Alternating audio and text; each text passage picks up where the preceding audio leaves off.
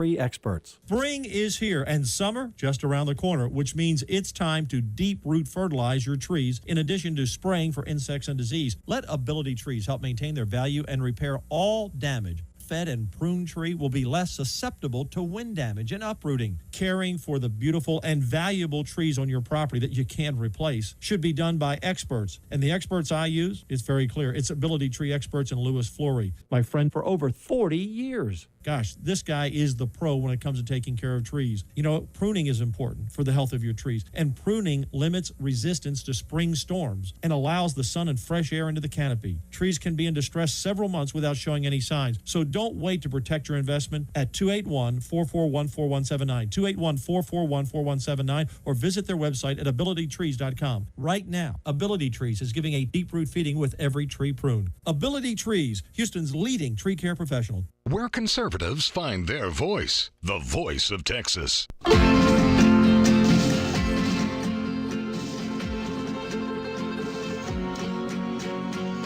for each other and all for one. The three brave amigos are we. Ándale, amigos. Brother to brother and everyone. A brave amigo. And amigos forever will be. That's right. It's Amigos Forever here on the Voice of Texas. Thanks for joining us on a Friday afternoon. You've got the taxman, El Senador Paul Betancourt at the helm, the soul man of the future Struview, Ben Struzan, and the effervescent, ever absent, ever Eric Andel. Ever missing today, unfortunately, because I would have. He's out on the I would left have liked coast. to get his opinion. Of course, he'll be calling in. Oh, right? yeah, he's going to be calling in. Yeah, right? he'll be calling in. We'll give him a hard time. Right, so get your calls into producer Jack at 281-558-5738, 281-558-KCV or pound KCV. It's free for those Verizon callers. Ben, you know, every week I just... Do you know how many times I've had to rewrite my Struview? Sure, I mean, like... I'm on my third draft of the same one. It's amazing to see all the activity that's going, and so why don't you take it from the top, pick one. We are going to have call-ins today on Houston City Council. That meeting was canceled this morning on the immigration issue by Mayor Whitmire. We'll be hearing from I think a pair of the good ladies on the council, Amy Peck and Twyla Carter. We also have the bat light up for Senator John Cornyn on the second hour as he has a bill that's filed about that same issue up in the federal government. We had a great interview with Attorney General Ken Paxton last week, where we broke the news here on the most influential talk show in the state of Texas. And I'm sure the media is listening because they were extensively quoting. Everyone was listening last week. Everyone. They were quoting Paxton, but I saw one or two give you a little credit, Paul. Yeah, but we were just listed as others. Yeah, you and Eric were listed as others. We're yeah, just right. Others on other hosts. Others, yes. Yes, I thought that was pretty funny. Yeah, chuckle. Yes, chuckle. By the way, Grugan asked me to be on What's Your Point on Sunday. Are you going to do it? Yeah, I do. Oh, good. That's great. I must be subbing for Polland or something. Oh, you must be setting for Polland. I don't know where Gary is. So. Get my soundboard up. Yeah. Okay. All right. So I can do that promo for you. Okay. Well, because Oh, by the way, we are live streaming, Sorry. right, Jack? Right, guys? Right, Craig? Right, Craig. Yeah. So we're live streaming on Facebook and YouTube and Rumble and on Rumble, you have to say Google/the Amigos, right, Craig, or something? Yeah, right. And we're going to try to get Twitter on board, I guess, next week so you can watch it live streaming on Twitter. Because, I mean, one radio station's not enough. We're on KCV 700 AM and then... And also 1540 AM. Yes, KGBC. See, I remember those. KGB. Right. KGB. Think about easy. it as the KGB. If you're down in Galveston or on the east side of the county, think KBGC. Okay? KGB. 1540. All right. So, Ben, where do you want to start? Lots of stuff. Well, we can start at what time's our first caller on the city council? 4:20. Okay. So let's give a little recap of that. Maybe what happened. So last week there was a city council ordinance passed, which would limit the police department's ability to check databases and detain illegal immigrants who had outstanding warrants. It wouldn't have limited criminal warrants and detaining those illegal immigrants with criminal warrants, but it would have obtained illegal immigrants who had administrative warrants. An example of an administrative warrant would be somebody whose deportation has been issued. They've had their day in court with an immigration judge, and the immigration judge has denied their ability to stay in the country. Maybe they've denied their asylum claims because so many of those were bogus over the last couple of Biden years, and their deportation was ordered. So in the past, there was this, I think, pretty decent compromise within the last couple of months negotiated by Mayor Whitmire, which allowed HPD to detain those people that were on that list for 30 minutes to allow ICE to come and get them if ICE so choose to do that. And then some of the progressives on the Houston City Council were able to I thought there might be a little subterfuge involved, but upon later review, it didn't have anything to do with subterfuge. It was just a straight vote of the city council, and for whatever reason, I don't understand why Republicans didn't. What do they call that? Tag the thing, and pocket veto, right? Yeah, whatever it was, whatever. and prevent that from occurring. And they ended up changing the requirement so that there was a requirement by Houston police to release effectively cite and release. Yes, because you're not being you're not being technically taken into custody. So you're being cited for a ticket and released. Traffic stop, Ben, you're released unless you had a criminal warrant. Right. Now the big discussion about these whether these and warrants, Whitmire could have blocked it at that point. Well, he actually he told the five that voted no that he did want him to tag, which was a mistake. Because if it had been tagged, then the state could have got in. Because the first I heard about it, I was the first guy into the breach by calling John. Said, John, you've got to treat these warrants from ICE the same way you do anything else because they are signed by a judge administratively. But that's why after checking with Senator Huffman, we put on Ken Paxton, who said that Senate Bill 4 applied, that this was the anti-sanctuary city bill from 2017, because all you have to be is to be get in trouble with that bill is to say that you're either prohibiting or materially you're impacting limiting law enforcement's ability no immigration enforcement. So so now from there it took off into the stratosphere. The governor basically froze out $110 million worth of grants for overtime. Apparently, that letter has now gone to Dallas and Austin. Paxton filed suit. Yeah, Paxton filed suit, but there's also multiple cities in charge. So what was supposed to happen today was they were supposed to have a vote to reconsider, to overturn it, but you had to have 2/3 vote, and there was no way that a council that voted 12-5 for the leftist progressive position was going to turn around and vote 12-5 to remove it, even with the threat of losing $110 million. So they've rescheduled this for Wednesday, and is anything going to change in the, with the math? We're going to hear that from Amy Peck and from also Twilight Carter about they're going for an amendment, basically, and that only needs a simple majority. Okay. But and that's why we asked also Senator Cornyn, because there was a news story that he was refiling legislation that he tried to pass a couple years ago. Well, clearly, I mean, I saw the video of the mayor. I don't know how to put this in context, but it seems like that he did not expect the blowback that he got, which kind of surprised me. I mean, I saw him, talking about it, and he acted like he was surprised that Governor Abbott made this move to cut off funding for the city of Houston, and I don't know why he would be surprised by any of this. Ben, let me say what I know for truth, okay? Have at it. I'm just telling you how he came across to me. This is Truth Social right here. Yeah. Everybody listened to the Three Amigos last week. Oh. Everybody. Yeah, I saw a bunch of articles the mayor in the press and the about city that. council. By Everybody. the way, by the way, my name's spelled Streusand. Ben Streusand. I do commentary here on KSEV. I'm technically KSEV political contributor. Right. Well, and technically, in case you want to write that in. All right. your So news you report. get to wake up early at 7 a.m. with Webster Yes, Point, I'm right? going to, help out Groove do a show. But you know, when we break a story, we break it everywhere. We were the first in it. So among anyway, many we have done. Well, and Ken Paxton has a long history working with me down here to, over various problems we've had with Harris County government, city government.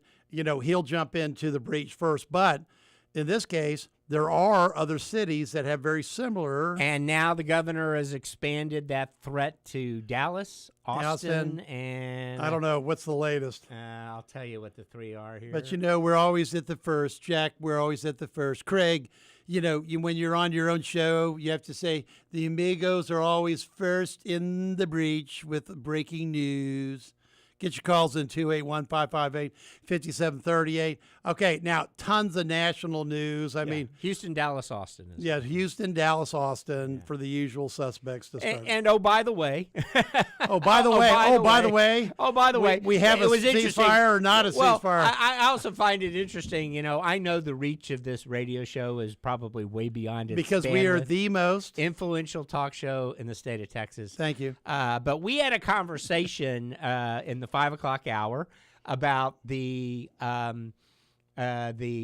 feasibility and the utility of the United States Navy enforcing a naval blockade in the Gulf of Oman. Correctamundo. And what a great idea that we felt that was. And, of course, President Trump was way ahead of us. We're not taking any credit for that one. But he was way ahead of us, and that's what happened. And now it would appear we've had some major movement in the negotiations to resolve the standoff in the Straits of Hormuz and over Iran. And so Trump is en route or just landed in Phoenix. And we may hear from him during the show. He said about 3 words when he got off the airplane, so there wasn't much news made. Okay. What were the 3 words? It's I'll be back. We're going to win this. Okay, something something like that. Right. We're the winners. And so the problem the Iranians have is once the embargo is implemented, they are facing a shutdown of Iranian crude oil exports. They can't get their oil out. It'll take about 3 weeks for their storage capacity to overflow. Then they have to start shutting in oil wells. Once they do that, there's permanent damage to their oil infrastructure. They're not going to be able to pay their bills. They can't pay the Revolutionary Guard. They can't pay the proxies overseas. So all of these issues come into play. My concern was always that the Democrats in Congress and a few misplaced Republicans would pull the rug out from under let me Trump tell you something. way too early. It was the one vote margin. Otherwise, the War Powers Act was going to be. And they may try that again. Yeah, right. I mean, it was very close. And part of the problem is that, people have to see what's the out. How are you getting out of all this? Okay, but more importantly, so we've got issues from City Hall to the White House, literally, and we haven't even only touched 2 of them. And you're going to hear some breaking news about some a race here locally here that we'll do here this hour. And we've got calls coming in everywhere, but I don't know who they are and what line they're on. Give me who's on line 1, guys. Okay. Okay, great. And who's on line 2? Oh, gee. So we're ready to have a break to get to our all right, let's do that. Our power duo from Houston City Council. We'll take a break. All right, let's take a break, and we'll turn and burn. Get your calls in, 281-558-5738. We're going to tackle City Hall, but we've already opened it up from the national and really worldwide politics on down. 281-558-KCV or pound KCV. It's for those Verizon callers. The Three Amigos -1 will be back after this on The Voice of Texas.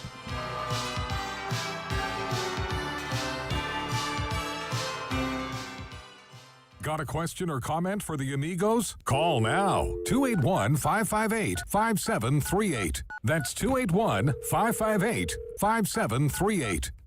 This is Paul Bettencourt. Property values may have peaked. Protest your property values now. Sign up with Betancourt Tax Advisors by going online to btanow.com or by calling Paul's professional property team at 713-263-6100. When it comes to garage doors, no one knows more than the doctor. Garage door doctor. I started my first business at 12 years old, mowing lawns for about $5 a yard. I thought I was crushing it until my buddy down the street undercut me by $2. But he didn't just cut the price. He cut corners too. That's when I learned if you do the job right, people trust you and integrity beats profit. People care more about how you show up and whether you do what you say you're going to do. Hi, I'm Tommy Mello, owner of Garage Door Doctor. From garage door repairs to upgrades, we show up, we crush it, and we stand behind every job. We only use the best parts and the spring's guaranteed to last a lifetime. Because when you care about the people you serve, you work harder and it shows. From repairs to upgrades, call Garage Door Doctor today or schedule online at garagedoordoctor.biz. And yeah, we still beat the other guy. When it comes to garage doors, no one knows more than the doctor. Garage door doctor. Do your employees need training in cybersecurity protocol? Call Technical Cyber Services to discuss options to make sure your company is secure. Call 713-229-0030 or go online at tacticalcyberservices.com. Hi, this is Michael Miller. Join me this weekend for the Backyard Bay radio program presented by Miller Pools and Texan Pools, now at our new time every Saturday morning at 9 a.m. And what we do here on the Backyard Bay radio program is talk about your backyard. And this time of year, wow, it's so hard not to just spend all your time out in the Backyard Bay. And I know sometimes you have questions. That's why we do the Backyard Bay radio program, to get you good, solid answers to any kind of questions that you may have concerning your swimming pools, or I'm looking to build a new swimming pool. Just have a backyard party. Join me this weekend for the Backyard Bay radio program, now at our new time, every Saturday morning at 9 a.m., right here on The Voice.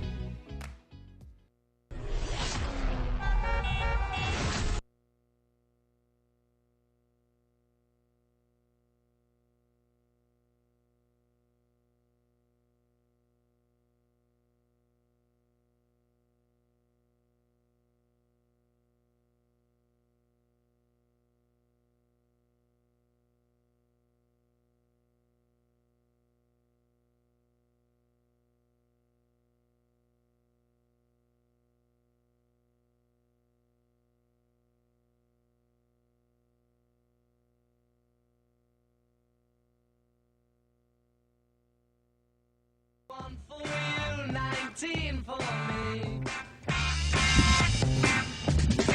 'Cause I'm the tax man.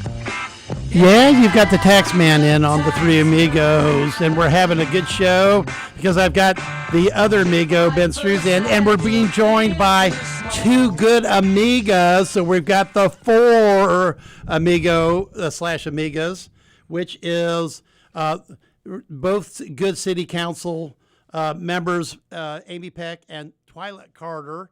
And could you get them on, Jack, please?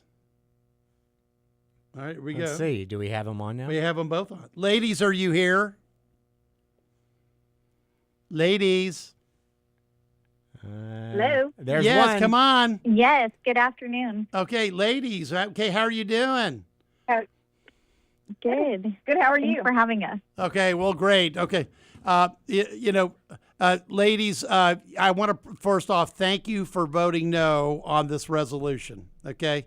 Because there are actually like laws in the state of Texas. We actually pass them in the legislature, and shock and horror to some of the people, especially your leftist progressive brethren at City Hall, they don't like to conform to it, but at least you guys from the get-go knew that. So we'll go in seniority here, okay? Amy, you start, okay, and tell us why you voted no, and we'll let our former administration official, comment behind you. Go.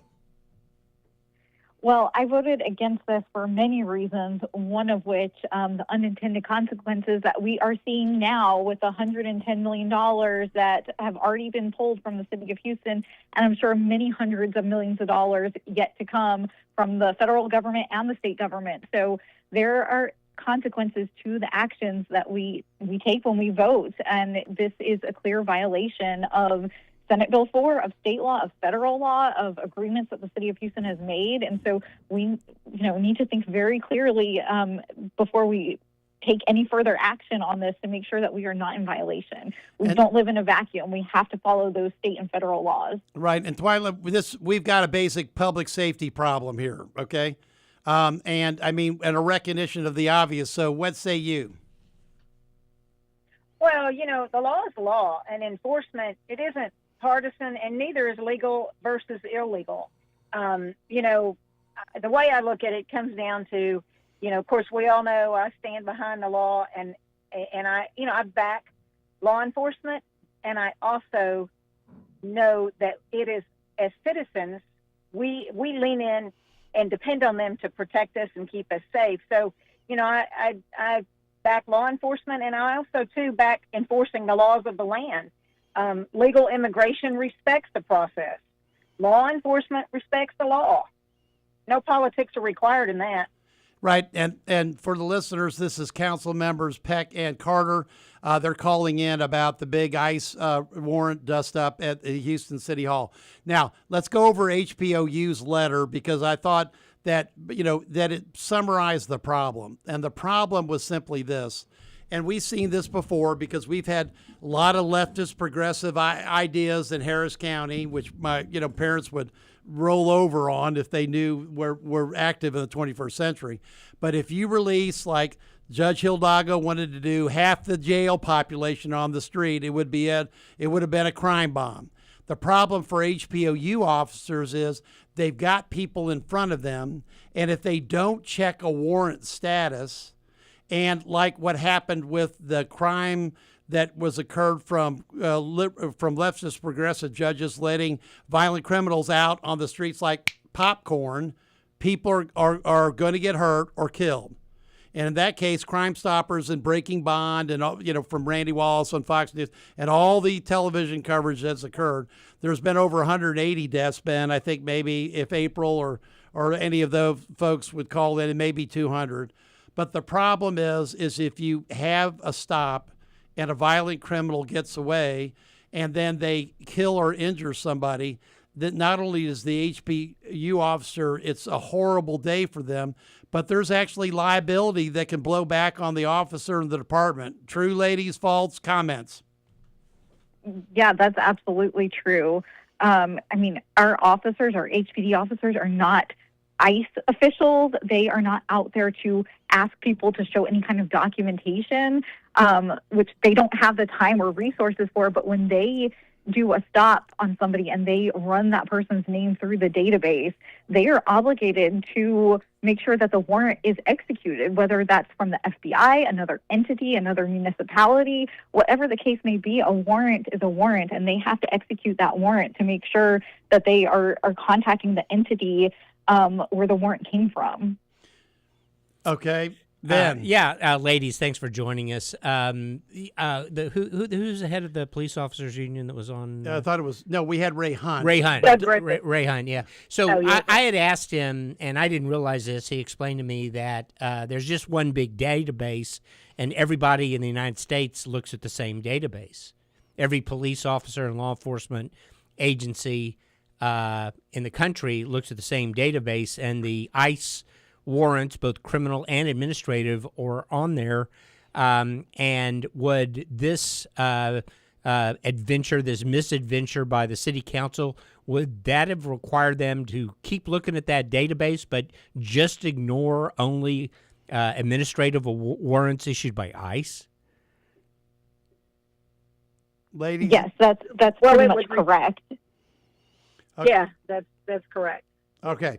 Now, so that obviously was that's a no-go from common sense, but it wasn't a no-go in Houston City Council.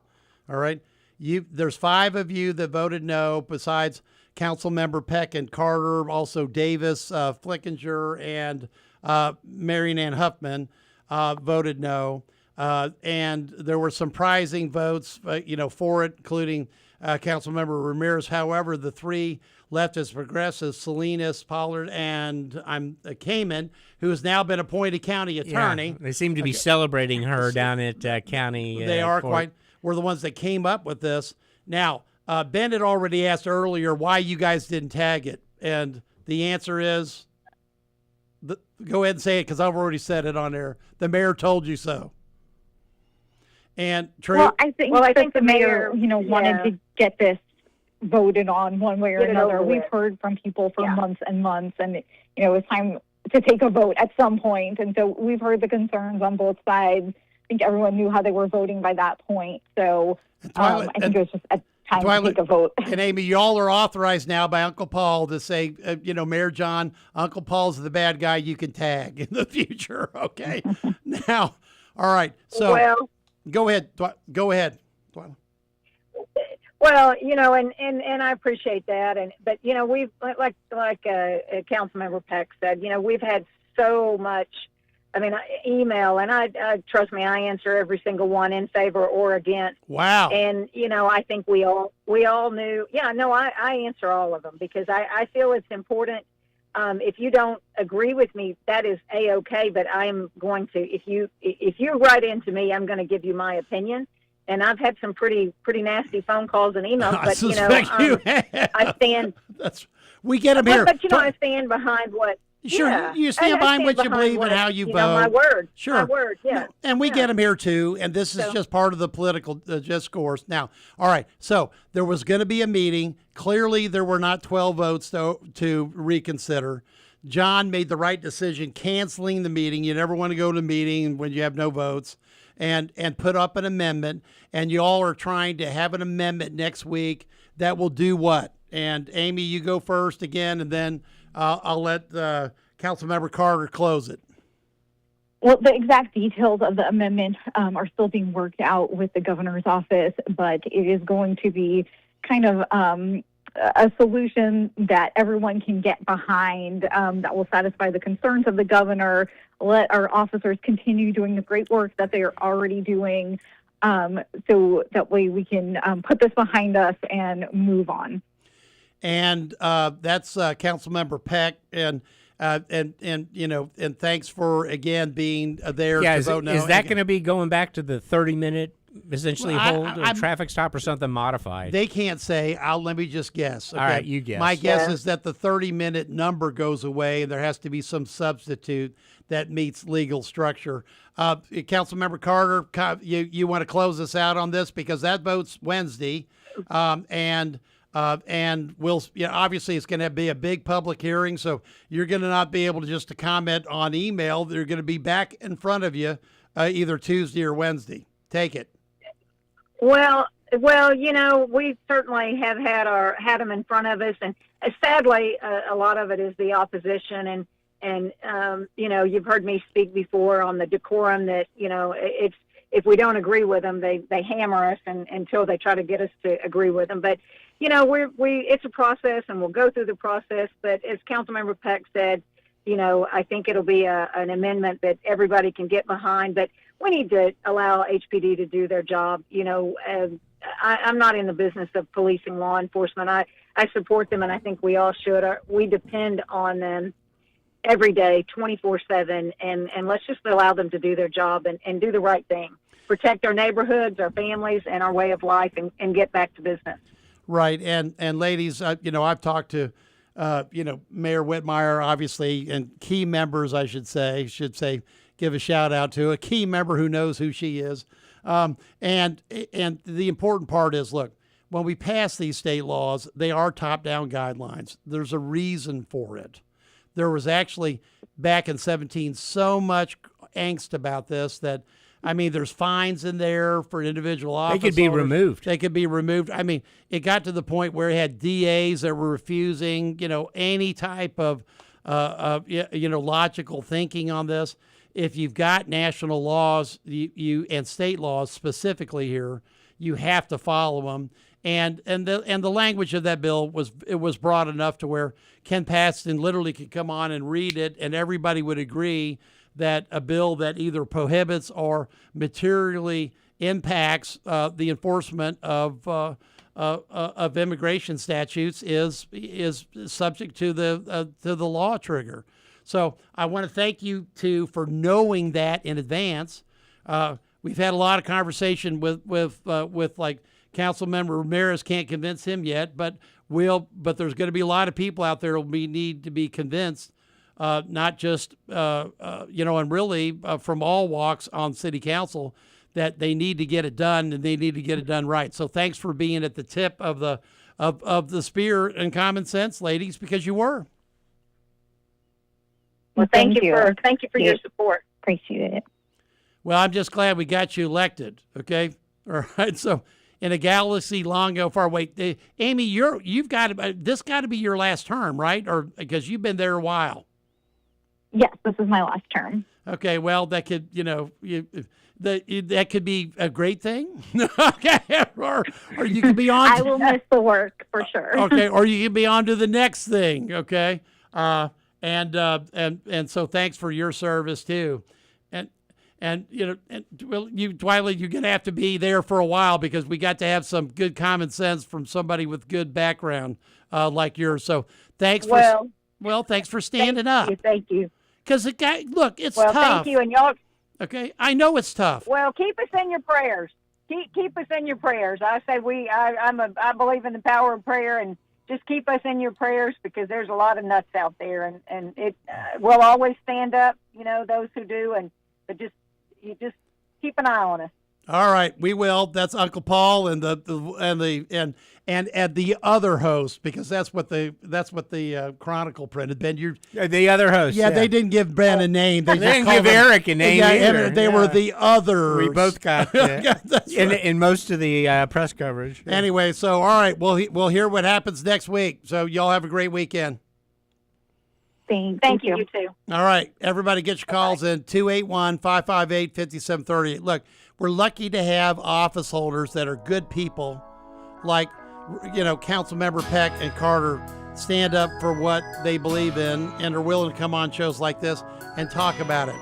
So get your calls in 281-558-5738 or 281-558-KCB or pound KCB is free for those Verizon callers. The Three Amigos Sans One will be next on The Voice of Texas.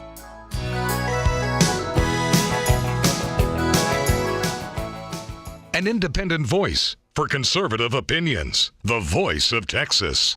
Plumbing emergencies never happen at a convenient time. Usually they happen on the weekends, holidays, or while you're away on vacation. I'm Richard Sod, president of Nick's Plumbing. When you find yourself facing a plumbing emergency, call the licensed and experienced professionals at Nick's Plumbing and Sewer Services. Nick's Plumbing has been Houston's first choice for all your plumbing needs since 1979. Our experts can take your most difficult plumbing issues and fix them fast, fix them right, and usually for less than you'd expect. Nick's Plumbing and Sewer Services is the right choice for any plumbing job, from a leaky faucet, whole house repipe, or a complete sewer line replacement. You can count on Nick's Plumbing to do the job right. With over 40 years in business and over 150,000 satisfied customers, Nick's wants to be your plumbing company. Nick's Plumbing offers free estimates and free second opinions. Call Nick's Plumbing and Sewer Services, 713-868-9907, or visit us on the web, nicksplumbing.com. MPL 38548. Call Nick's Plumbing today. We're on the way. Finding a reputable business shouldn't require luck or chance. But how can you tell who you can trust? Always look for the sign of a better business and find a better business anytime at bbb.org. Whether you're playing with your kids or playing for the Houston Astros, a sprain, tear, or nagging ache can set you back. Until your expert orthopedic team at Houston Methodist uses advanced technology to personalize a treatment plan that's minimally invasive, healing your pain, and getting you back to life on your terms. That's the difference between practicing medicine and leading it for you. Houston Methodist, leading medicine. Official healthcare provider for the Houston Astros.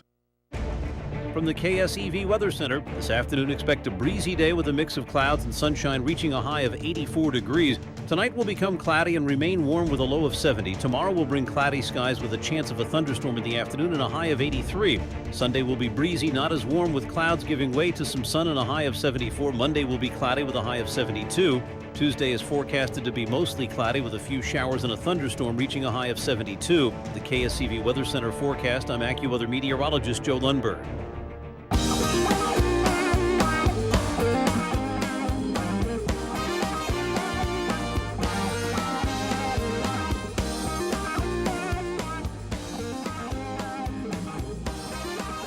Okay, this is some like simulation I have for no Eric idea what being it is. gone. Yeah, right. Okay.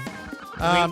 Doesn't he normally play All My Exes? Yeah, normally. Okay. Yeah. All right, save all your X's. Go to Texas for next time, Jack, for next hour for Eric's time. Okay, by the way, I want to do a quick comment. Okay, there was a big dust up today, Ben, that Chip Roy accused Mays Middleton. I saw that. Yeah, right, about somehow doing a bill that was going to extend, Sharia law to Western civilization, mosque takeover, etc. If you go to Team Betancourt right now, you can see a post that I just put up because I was been there. I ran the meeting where the bill was heard, and I know what the testimony was. And basically, this bill was called In God's Backyard, True Story, and it was brought by multiple pastors, supported by a whole bunch of good groups, which I'll give to you right now. The Conference of Bishops, Baptist General Convention, Christian Life Commission, Diocese of Austin, Farm Bureau, Association of Business, OG, Americans for Prosperity, your old group, Goldwater Institute.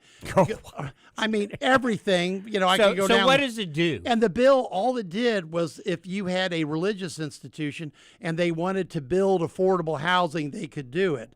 Now, the bill got out of committee. We had passed 9 other big blockbuster housing bills that were statewide impact.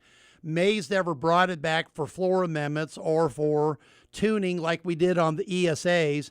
It would have had the same structure because we've got schools that are Jewish schools, Christian schools, Muslim schools. They all apply. They would have had the same, bill pattern if it came back. But somehow this became, the tour de, force for the day. So I basically said, I went directly at Chip Roy, and I said, to his legitimate question of who would use this bill if passed, this is Middleton's bill, I can tell you the large and impressive list of nonprofits, pastors of all denominations that would have used it. Texas Conference of Bishops, Baptist General Convention of Texas, Christian Life Commission, Ecclesia Church, Diocese of Austin, Texas Farm Bureau, Texas Association of Business, Goldwater Institute, Buckner International, Texans for Housing, Texas for Responsible Solutions, Texas Public Policy Foundation. I mean, Texas Conservative Coalition. What does it allow nonprofits to do, Paul? Just construct housing? Well, no, the nonprofits were supporting the religious institutions to build affordable housing.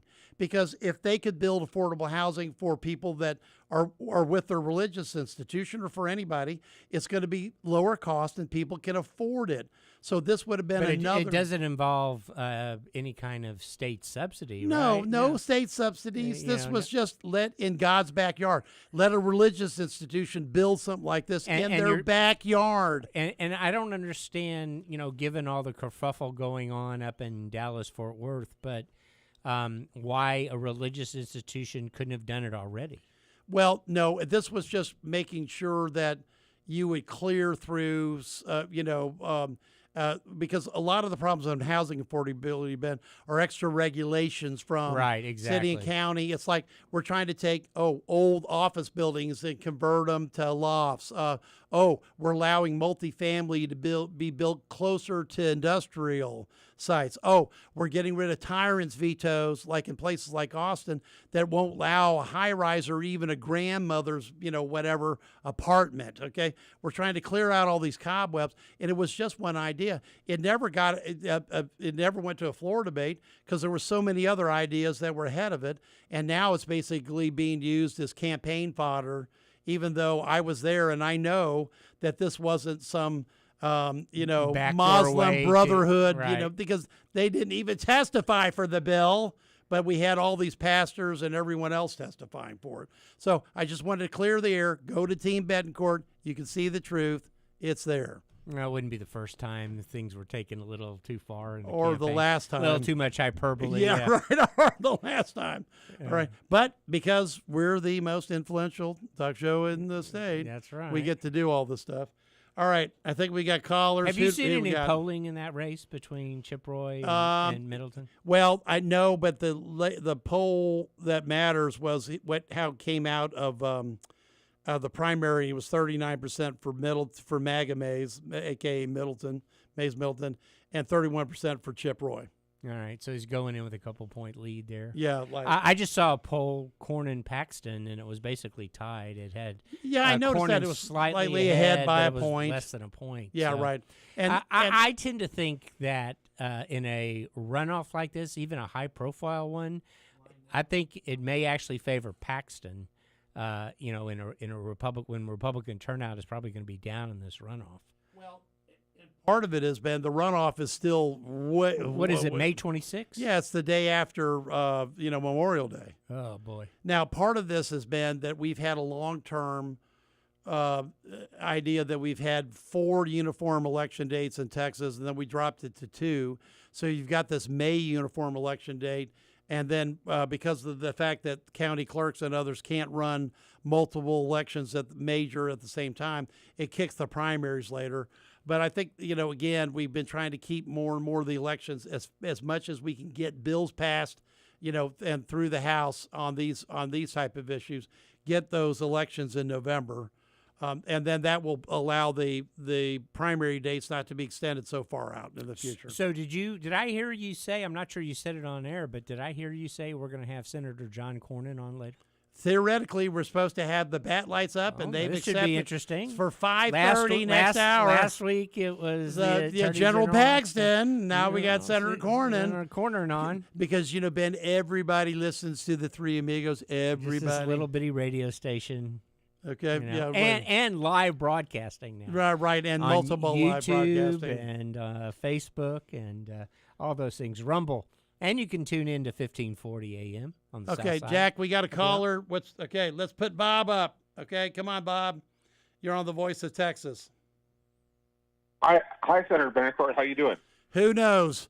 Okay, that's right. But thanks for asking. And by the way, Bob, hold your thought for a second. I wanted to give a shout out to the West Point Association, who had me to Maggio's today for lunch. You're lucky, man. Right? No, I mean Artist Connors. I like that place. The best, I should say, industrial property tax consultant in Texas. He's part of that group. Asked me to come speak, and Brad and them. We had a great discussion today with a bunch of West Pointers. No, sorry, West Point graduates. Okay. All right. So anyway, but sorry, you reminded me, Bob, of what I did at lunch. I've been all over the place this week. Come back. What's your question? No problem. I spoke with you last time in Montgomery County, specifically Magnolia Independent School District. There was there was 1 or 2 tax-related issues on the ballot there, and we've got some coming up next week. And I just wanted to see if you thought we were going to be as successful this time to defeat those as we were last time. Well, last time, and this is a great call, Bob, last time we had just passed a law that I'd written that put this as a tax increase on everything, Ben, bond issues, TRE, city, county, whatever, schools, etc. And so when people walk into the booth, they know what this is. Now, you've got 2 elections to go. Actually, Bob, there's a special election for Creighton Senate District on May the 2nd. This is just, Paul, it's just too much. I mean, I how are know. people supposed to do this? Right, I know. I I'm mean, just go vote on the 2nd. Go vote in the Magnolias after that, and then vote. No. They're at the same day. It's all the same It's time. all the same time. Yeah, right. So the Magnolia votes are on the 2nd. Yeah, right. The Magnolia votes to the Senate. Now, Bob, here's my prediction, and it's based on consumer confidence. Okay.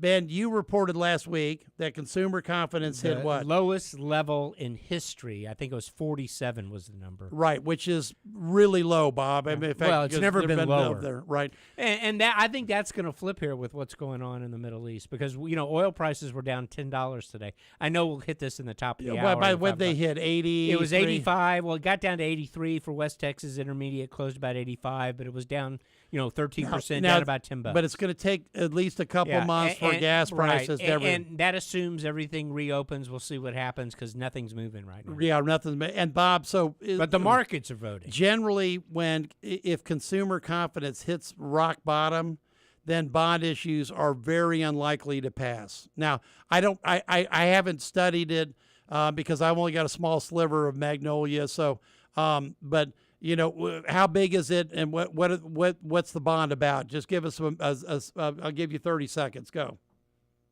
One has to do with funding the ESD for the fire department, and the other is school expansion. Okay, and how big? I mean, how is it a blockbuster? Tens of millions, 100? What is it? I'm sorry, I don't know. I'm sorry. Okay, I read tax increase, and I don't know. well, that's why I passed the bill so people would know, Bob. So anyway, thank you. I love you. Okay, all right. Well, have a great weekend. Everyone loves Trump. Oh, wait a minute. Everyone loves that great Senator Betancourt. I'm not sure. Which either way, just call in 281-558-5738, 281-558-KCB or pound KCB. Ben, it's free for our Verizon callers. Don't forget about the streaming. All right, we'll be back with more of the Three Amigos next here on The Voice of Texas. Start your mornings with the Chris Salcedo Show, 7 to 9 a.m. on The Voice of Texas. Hey, Paul, I don't know if I told you this, but the weather has been phenomenal, over the last couple of days. I've been able to go outside in my backyard around, say 5:30. I turn on that gas grill, that automatic igniter, where the igniters still work after 4 years. The igniters are working. That gas grill that was put in by my buddy Russell at Gas Product Services, and click it on, fire it up, let it get good and hot, and then my wife comes out with whatever she wants me to do because she doesn't like the mess in the kitchen, and she's all in favor of me making a mess outside because it's easier to clean up, right? And it's my responsibility. Well, and you're the carnivore in the family, That's right? So it's meat. Sometimes it might be hamburger, it might be steak, might be hot dogs, just anything. Sometimes chicken. I mean, it's really a smorgasbord out there. And you know who I ran into last night? Who's that? Russell. Really? The Russell of Gas Product Services? The Russell Gas Product Services. And I told him we'd be talking about him today. That's right. Well, look, he's never failed me, and neither has my gas grill installed by Gas Product Services. And, folks, I want to tell you, it's not just gas grills he does. He does a lot of other things in that backyard. He can take care of all gas products and gas lighting and gas fire pits, and boy, those really come in nice when the weather turns. So who knows, maybe he'll have a sale before the end of the year. So anyway, give him a call, 281-798-8006, or check out his products online at gasproductservices.com. Do you need money? Want to lower your monthly debt? Are you thinking about a cash-out refinance? Hi, it's Kathy from Baker Mortgage. A cash-out refinance can get you back in your comfort zone, and that's what it's all about. A recent client who closed with us had his payment go up about $300, but his monthly outgo was being reduced by $1,200, so giving him a net positive cash flow of $900. It's not about adding debt, but restructuring it in a way that makes sense, and this math totally makes sense. And please don't sweat it if your interest rate is going up a little or if you're extending the term. I can show you by taking a small amount of what you're saving monthly and applying it towards your mortgage, you're going to pay it off just as quickly and you'll be way ahead in the money game, which is where we all want to be, right? Remember, we want to help you, but we're not going to help you over a cliff. Baker Mortgage, 281-313.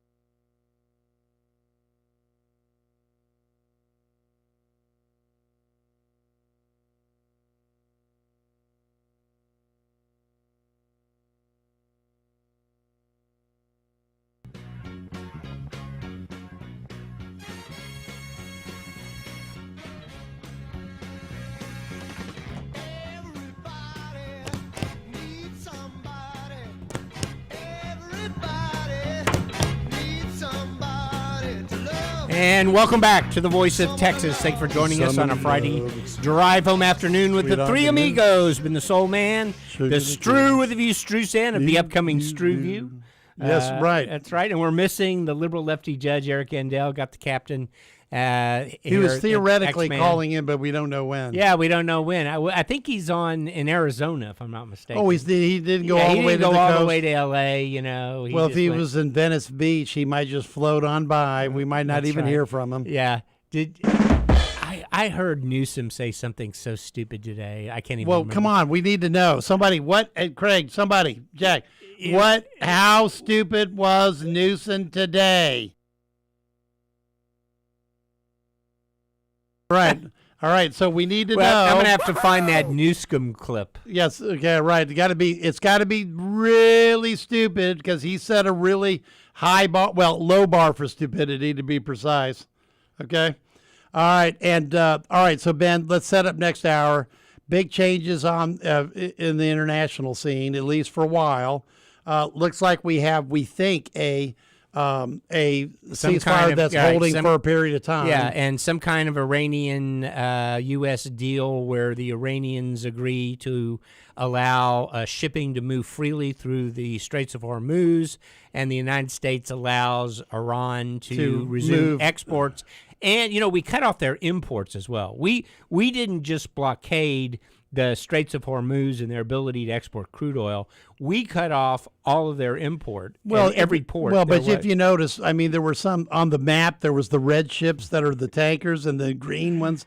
There was a few green ones skirting by, but nobody got in or out. No, not since the CENTCOM declared the blockade. Now, my instincts tell me that this is just not going to be that easy after all this stuff. But the Iranians do have a big problem, and that's the curtailment of their petrodollars.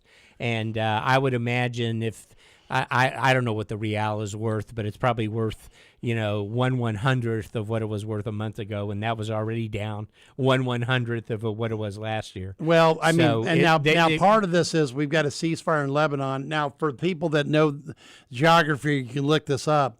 Basically, the Israelis have now advanced from the border to the Litani River. Yeah, to south of the Litani. Right. Well, they're like on the Litani. Are they on the river? And that's usually the demarcation And they line. blew up the last bridge that went over. Yeah. Now, the river doesn't cut across the entire country. So there's some other line that goes over a jig on the right the other side. But it looks like they moved into occupy for some period of time. Ben, what do you think? Well, yeah, they want to end the rocket fire and Hezbollah's control of southern Lebanon, which the Lebanese government has to do that, Paul. And I know.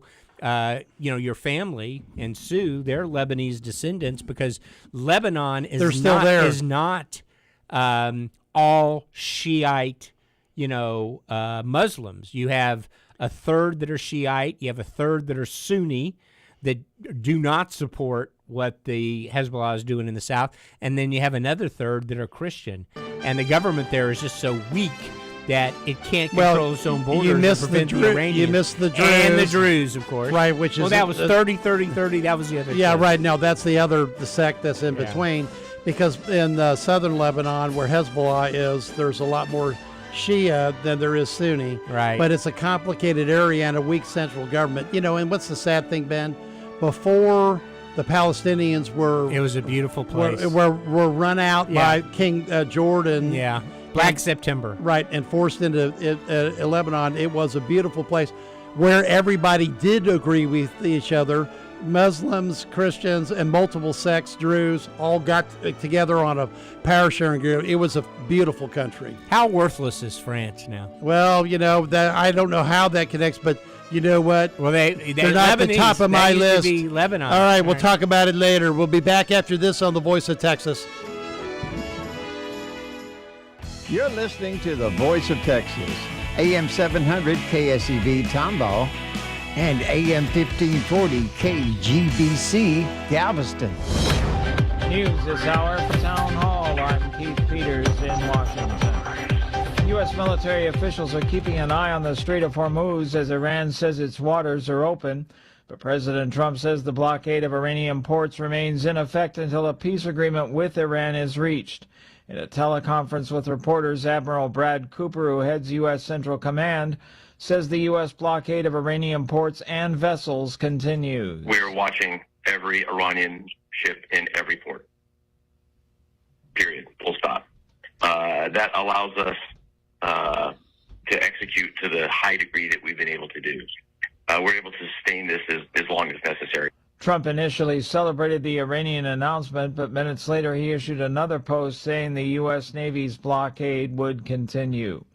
There's a new Ford recall affecting F-150 pickup trucks. Ford is recalling almost 1.4 million of its F-150 pickup trucks in the U.S. because of a gear shift issue that may lead to drivers losing control of their vehicles and increase the risk of a crash. The recall includes F-150 light trucks with a 6-speed automatic transmission that were produced between March 12, 2014 and August 18, 2017. Vehicle owners will be notified about the recall by mail and instructed to bring their vehicle to a Ford or Lincoln dealer to have their powertrain control module calibration updated at no cost. I'm Lisa Dwyer. Oil prices dropped back to where they were in the early days of the Iran war, and U.S. stocks raced toward another record. On Wall Street, the Dow up by 868 points, the Nasdaq rose 365, the S&P 500 advanced 84, oil dropping to nearly $85 a barrel. More on these stories at townhall.com. If you don't care about saving 50% off your wireless bill for the same 5G coverage the big guys are charging a fortune for, maybe you care about keeping jobs in America. Pure Talk does. They've pledged to run their entire operation from this country, including all their customer service. Or maybe you care about our nation's veterans. Pure Talk does. They've donated hundreds of thousands of dollars to America's Warrior Partnership, a fantastic organization working hard to prevent veteran suicide. Or maybe you care about closing America's skills gap. Pure Talk does. They're a proud supporter of MicroWorks. They're helping my foundation train the next generation of skilled workers. Don't get me wrong. Saving money's great, and you'll save plenty with Pure Talk. But if you want to be in business with people who share your values, dial pound 250, say micro, and switch to an American wireless company that actually stands for something. Pure Talk. From the KSEV Weather Center. Tonight, expect the skies to become cloudy with warm temperatures reaching a low of 70. Tomorrow, it will start off cloudy and then become less warm in the afternoon, bringing a chance of a thunderstorm. The high will be 82. Tomorrow night, anticipate cloudy skies, breezy conditions, and cooler temperatures. There will be a couple of showers and a chance of a thunderstorm with a low of 54. As we head into Sunday, the morning will be breezy with the possibility of a shower in some areas early on. It will not be as warm with clouds making way for some sunshine. The high will be 74. With the KSEV Weather Center forecast, I'm AccuWeather meteorologist Jason Caterina. From KSEV, here's political contributor, Ben Strusand. Military planners always assumed that if a war with Iran began, the Iranians would attempt to take the Persian Gulf hostage and close the Straits of Hormuz. What nobody expected was that the Iranians would be allowed to export while America's allies, the Saudis, Kuwaitis, the UAE, and occasionally Qatar, would be blocked. A sort of mutually assured destruction was expected to provide enough leverage on Iran to keep the straits open. Yet, for a brief period, they were allowed to export their own crude and charge a ransom to anyone else wanting to do the same. That is, until the U.S. Navy stepped in with a blockade of its own on all Iranian exports, including crude oil.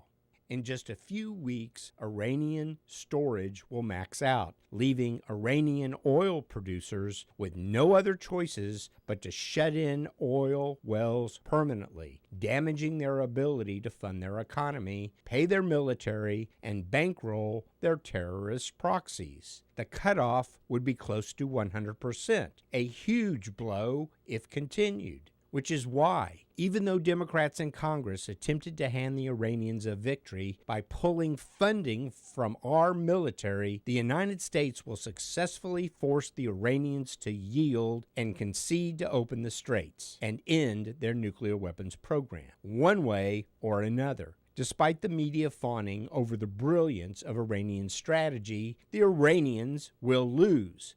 Despite his political opponents rooting for U.S. strategy to fail, President Trump has bent the arc of history and dealt a homicidal regime a blow it will take decades to recover.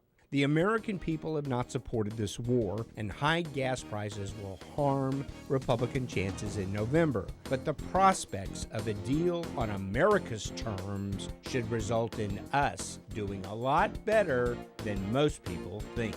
I'm Ben Strusand, and that's my view. Political contributor Ben Strusand. Only on AM 700 KSEV.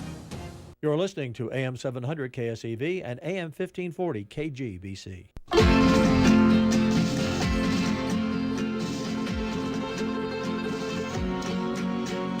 One for each other and all for one. The three brave amigos are we. Arriba, amigos. Brother to brother and everyone. A brave amigo. And amigos forever will. That's right, it's Amigos Forever here on the Voice of Texas. Thanks for joining us on a hot Friday drive home afternoon, because we've got action everywhere from City Hall all the way to the White House and into the Middle East. You've got the tax man, El Senador Paul Betancourt, at the helm. We got the soul man of the previous review, Ben Struzan. Ben had to rewrite it 3 times. There's been so much news this week.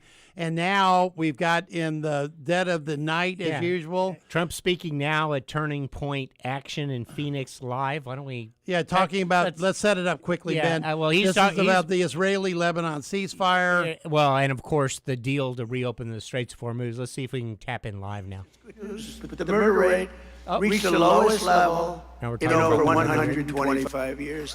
1900.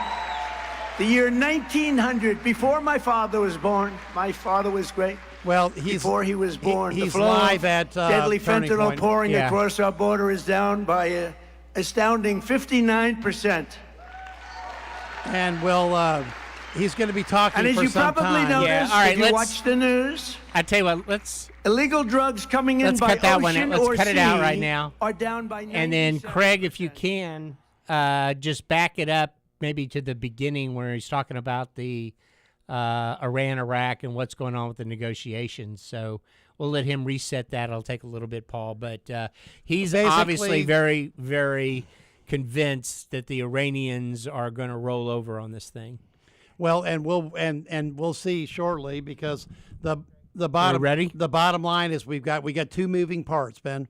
We got the Iranian straight issue that the U.S. is involved in. We got the Lebanese Hezbollah issue the Israelis are in. And right now... The Israelis are not going to wreck this. They're going to give Trump every opportunity. It's not a question of whether Hezbollah or somebody else wrecks it. Right, well... But we'll see. So we got those deals. Those deals are on the table. And as a result, stock market hit an all-time high and oil fell to 85. Right, and the markets are voting. So if you don't believe this is happening... I would say look at the markets because typically they're right. But it could be for just a while. We don't know. Let's hear the Trumpster. Yeah, let's hear the Trumpster. Especially, I want to thank all those seniors, but I want to thank all the young people. I've never seen so many young people in my life. And I want to say a special hello to Phoenix. We had a big win in Phoenix and a big win in Arizona and a big win all over the country. I'm thrilled to be back in the great state of Arizona with the hardworking, God-fearing patriots of Turning Point Action and Turning Point USA. 7 months ago, our country lost a fearless warrior, my friend, for freedom, and he was just an amazing man. He was an amazing person. Charlie Kirk, just an amazing guy. You know, what's interesting about that, Ben? Charlie was murdered by a cruel and vicious assassin. It seems like it's years ago. His voice, it does, and that was just a traumatic moment. I can remember when it happened. I was just, let's go ahead and tune that out. And then, Craig, if you want to pay that forward a little bit and see if you can't find the Trumpster talking about the deal that's on the table with the Iranians. And Dan, listen, we haven't talked about this yet. We had a event for Stan Stannard. You know Stan. Right. I wanted to get there, but I've been sick off. Right. And Dan was sick as a dog. He showed up, and so I had to do the picture line and then the dinner afterwards. Right. But what was interesting about that was that he mentioned that last night, that it seems like forever since. And it's been less than a year. It's been less than a year. But the compression of all this news is astonishing. And by the way, also showed up to help Stan last night, Mike Schofield and Valerie Swanson. Great. And shout outs to, Ray Hunt, Robert Eccles, The Fights, Deborah and Ralph. I mean, there's so many people. I can go to Jim Lennon from Kingwood Tea Party, just goes. And obviously the entire, all the women's clubs up in that area. Not all of them. They don't endorse candidates, but many members showed up. All right. Stan's been around a long time. So well, no, because and I think you'll win that primary. I mean, well, and like all runoffs, they're competitive. And both Cindy Siegel, they were both at 49% plus. And when you get that close, you wish you would have won. Right, an extra run more ad, one more robocall from votes, Uncle Paul, which was available, by the way. All right, are you ready, Craig? Or are we not ready? Okay, yes, Jack. I can't read the hand signals. Still looking. Okay. All right. So what else we got? Well, we got polling. I don't want to underplay this because Trump says, and he talks about things being huge. This is huge. I mean, Trump will have, I think in my Street View I said that something to the effect that, Trump has changed history in the sense that he is, eliminated the threat of Iran against as a regional player. And while he hasn't quite ended this thing or their ability in the future to maybe develop nuclear weapons or pose a threat, this regime has been taken down and taken back for decades, and it'll be a long time before they can reconstitute themselves. Yeah, sure, they can always lob a bomb into the Persian Gulf, but they still have to deal with the threat of the American Navy. So let's play Trump. We have his comments from earlier. Unprecedented ceasefire between Israel and Lebanon, and that hasn't taken place in 78 years. 78 years. Our deal with Iran is not in any way tied to Lebanon, but we will make Lebanon great again. I mean, it's about time we did something. We sort of, the world has forgotten them, and they're good people who have lived like hell for a long period of time, and hopefully the situation with Hezbollah will get straightened out quickly. But I want to thank the country of Pakistan and its great Prime Minister and its great Field Marshal. He's our great Field Marshal. Two fantastic people for helping. They really are terrific people. And I also want to thank Saudi Arabia, Qatar, UAE, Bahrain, Kuwait. They've been amazing. They've all helped tremendously.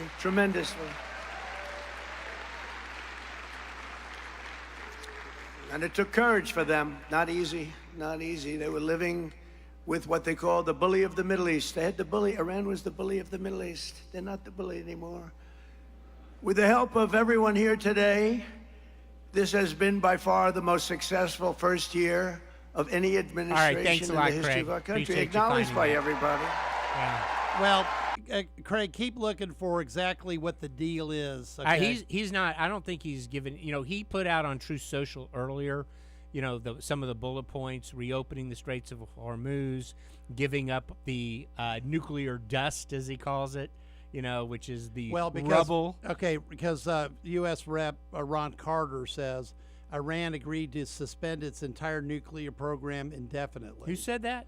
Ronald Carter. Huh. Okay, and et cetera. So now, of course, this is, obviously, you're going to be finding out whether or not this deal holds or not over time.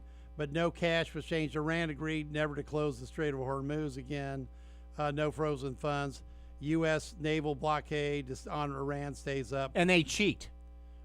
No kidding, Sherlock. They do cheat. They cheat. They've been cheating for some time. Okay. All right. Let's. Hey, Judge, where are you?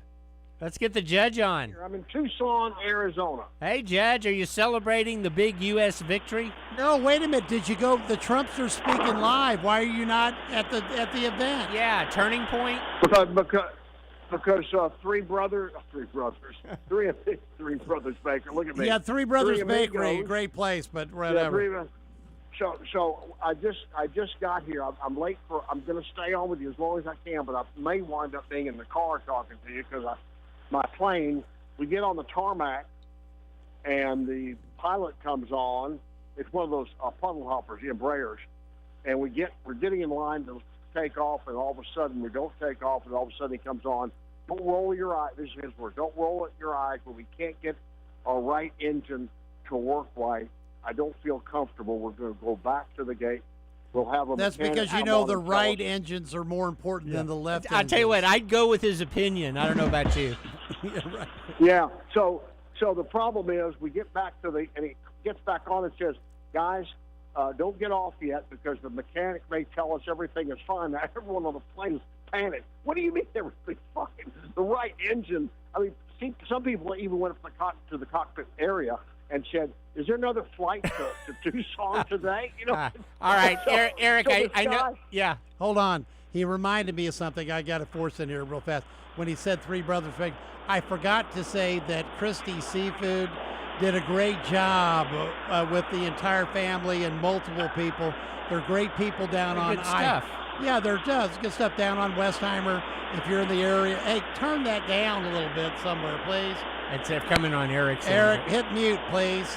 You there? Okay, all right, thank you. All right, Eric. So I forgot to say how great Christie's did on seafood. All right, go. All right. So, Eric, I don't know if you've noticed, but the price of oil was down about $12 today, about 15%. About 12%. You probably heard the headlines about some kind of deal with Iran coming out to open the Straits of Hormuz.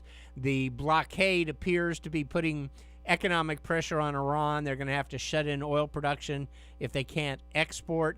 And so I knew that you were anticipating coasting to victory, but under this scenario, do you think we get a bump? Does Trump get a bump in the polls, and maybe you don't do quite as well as you were hoping in November? Well, I don't think this little sliver answers that question. The bump he'll get in the polls, no one's in favor of this war. So put that aside for a moment. Wait a minute. The voters, Democrats have been rooting for Iran since it started, and they've been rooting. They've been rooting against. Okay, one at a time. They've been rooting against for U.S. strategy to fail. Eric, go. Van, the victory here is not in the issue of Iran and the war and the justification. The victory is inflation and the gas prices. Yes, a lot will go away if inflation comes down or comes within some norm. But if it doesn't, if it's baked in, as the senator always talks about it, I don't know, man. No, I would say we still are cruising. Well, it'll come down slowly, but I do think that this will. I mean, your side has just been rooting for the Iranians' strategy to work in everything I've seen. It's really disgusting on some level to hear Democrats be so anti-Trump and have such Trump disarrangement syndrome that they are willing to support the strategy of an adversary. Well, but remember, until this today, they got within one vote in the House of passing that war powers right, resolution. which would have cut his legs out from under him, and the negotiating strategy. Okay, of course, it's not going to be that easy. We're going to have bumps in the road here, no question about it. But now, and you're right, Eric. It is about inflation. It is, because look, I filled up over at Sam's. Okay, there's a little price reduction, like from $3.54 to $3.49. I mean, it'll take a couple of weeks to filter because down. Ben, well, it takes more than that, because all those contracts were sold through West Texas Intermediate through May and Brent through June. Yep. Okay. Now, but obviously the stock market has already said, hey, things are looking up. Right, and the markets, they tend to be, not the stock market, but the crude oil market, that tends to be very accurate in terms of whether or not it's real or not. So what Eric is banking on, and we can ask him, is that this baked-in inflation that's already occurred is what drives the independent voters, nuts, because the polling is horrible. On independent voters. Trust me. I saw it last week. Yeah, you guys saw Tellerico's fundraising numbers, Eric. I assume you saw that before you left. And that was impressive by any Is measurement. Eric still on? Do we still have him? Jack, or what are you doing? We still have him? Oh, Okay. they're Creek. Well, anyway. You saw his fundraising numbers? It was $27 million already. You there, Eric? Yeah, it's $27 million for Tellerico. And then when you factor that, it could be as high as $125 million by game time. Right. It's impressive numbers off the chart. That's Beto plus money. Yeah, right, Beto plus. So do you think they're betting on a chance, Eric? You think they got a chance at this? Yeah, I think they do. Well, they do have a puncher's chance. I think more so. Now I'm not so sure whether he's tied with Paxton. He's tied in terms of who would be easier to beat, right? Isn't he? Well, the numbers are the same. Well, he's Tallarico has got a slight advantage over Paxton, but it's not much. Right. Yeah, 1 point. Right. So it's right now. Tallarico's been dragging the sack, and what's happening to the then it's just a straight up vote. I mean, it just there it is. It's structured perfectly. Well, and Cornyn. Yeah. Yeah, hold on a second. The problem that the Republicans have is Tallarico's collecting the money. Go on mute, right?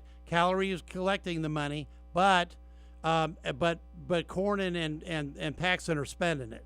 Yeah, they're spending it against each other. I lost you again, but what I read, didn't I read, Paul, that and Ben, didn't I read where they're slowing the funds? The National Republican are slowing their funds into Texas now. They're slowing down either for Cornyn or Paxton. I'm not sure how their article read, but it's, I think, pulling away from Cornyn funding. I don't know, but they were heavily in favor of Cornyn. Obviously, all of the institutional money was in favor of Cornyn, and I would expect that to continue through the runoff.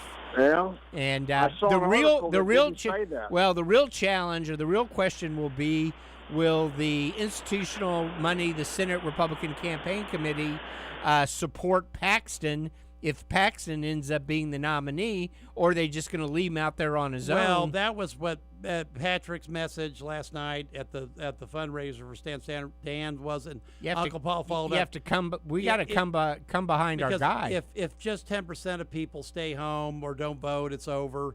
I mean, there's real consequence of that. Let's do this, guys. We got some callers, and we got General Paxton calling in about Senator Cornyn. What's that? No, we had Paxton. Oh, that's right. We had Paxton last week. Now we got General Cornyn, a.k.a. now Senator Cornyn, calling in this week. General Cornyn. Let's take a break, run a couple of calls, and then we'll clear the decks for Senator Cornyn. Yeah, so let's take a break, and then we'll pop a couple calls that, and before we get to the senator. All right, let's turn the burn. Three Amigos. We'll be back right after this on The Voice of Texas.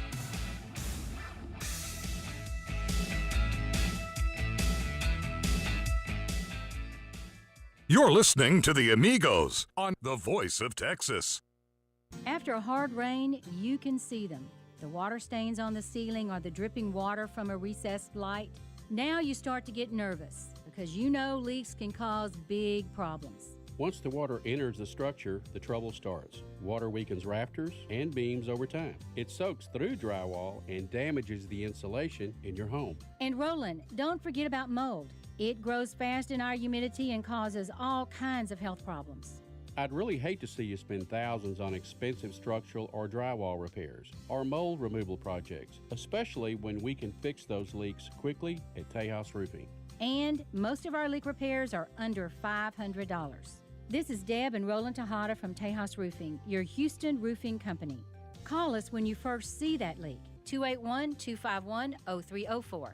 See our work online at TejasRoofingandContracting.com. Tejas Roofing, 281-251-0304. This month, Specs is celebrating 64 years of cheers with our anniversary sale.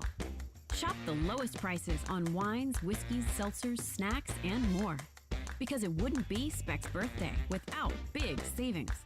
Shop Specs! Since 1962, we've been raising spirits and lowering prices. Fun is our bread and butter, or should we say, our gin and tonic. Specs, wine, spirits, and finer foods. The fun starts here. I started my first business at 12, mowing lawns for about $5 a yard. I learned if you do the job right, people trust you, and that made me work harder. Hi, I'm Tommy Mello, owner of Garage Door Doctor. From repairs to upgrades, call Garage Door Doctor. Be a Planner Show host Nathan Ross wants to remind you, please consider all the syndication terms of your private real estate partnership. By understanding the syndication math, Nathan can help you assess the benefits of ownership. Visit beaplanner.com or tune in each Sunday at 7 a.m. for the Be a Planner Show with Nathan Ross, CPA on KSEV. The Save America Act, the Dignity for Illegal Aliens Act, an alleged second reconciliation, another record-breaking government Democrat shutdown, the military operation in Iran, and whatever breaks over the weekend. Not to mention Texas votes to rid ourselves of left-wing Republicans. We cover it all on the Chris Salcedo Show. Be here at 7 o'clock after the press box on the Voice of Texas.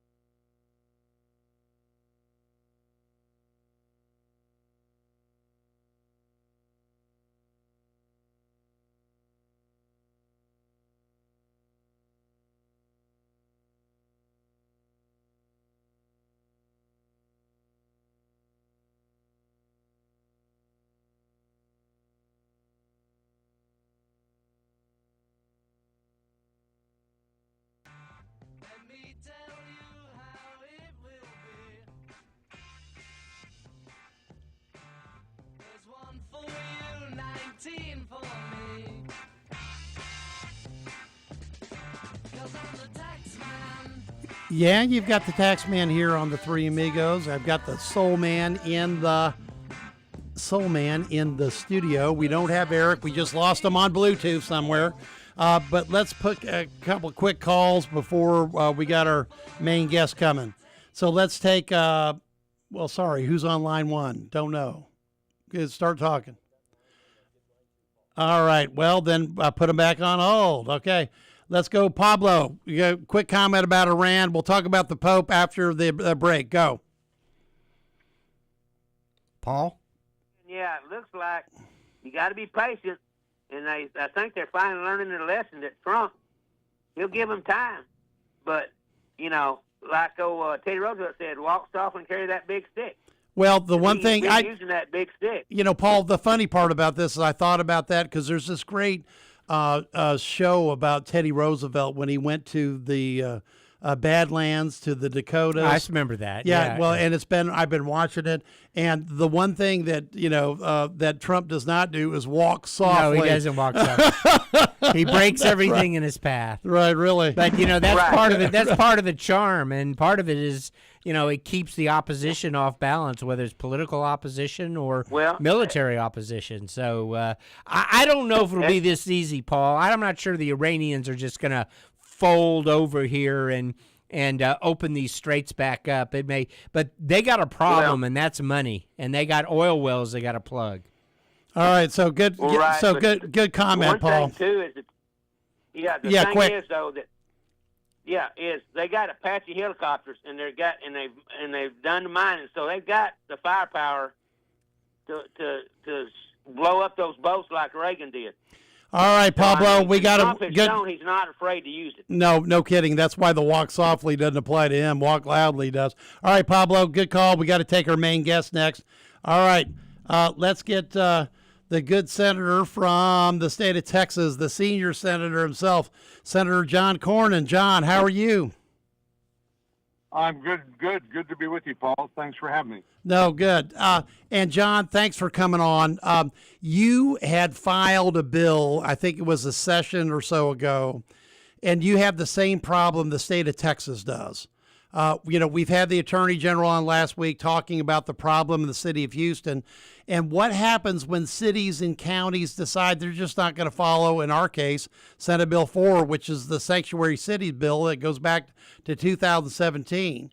And the question, John, for you, and I think you've actually done a press release and talked about it, you tried to get that passed and you're refiling it. So why don't you take it, because it's the same problem. How do you turn off federal money when people refuse to follow the law?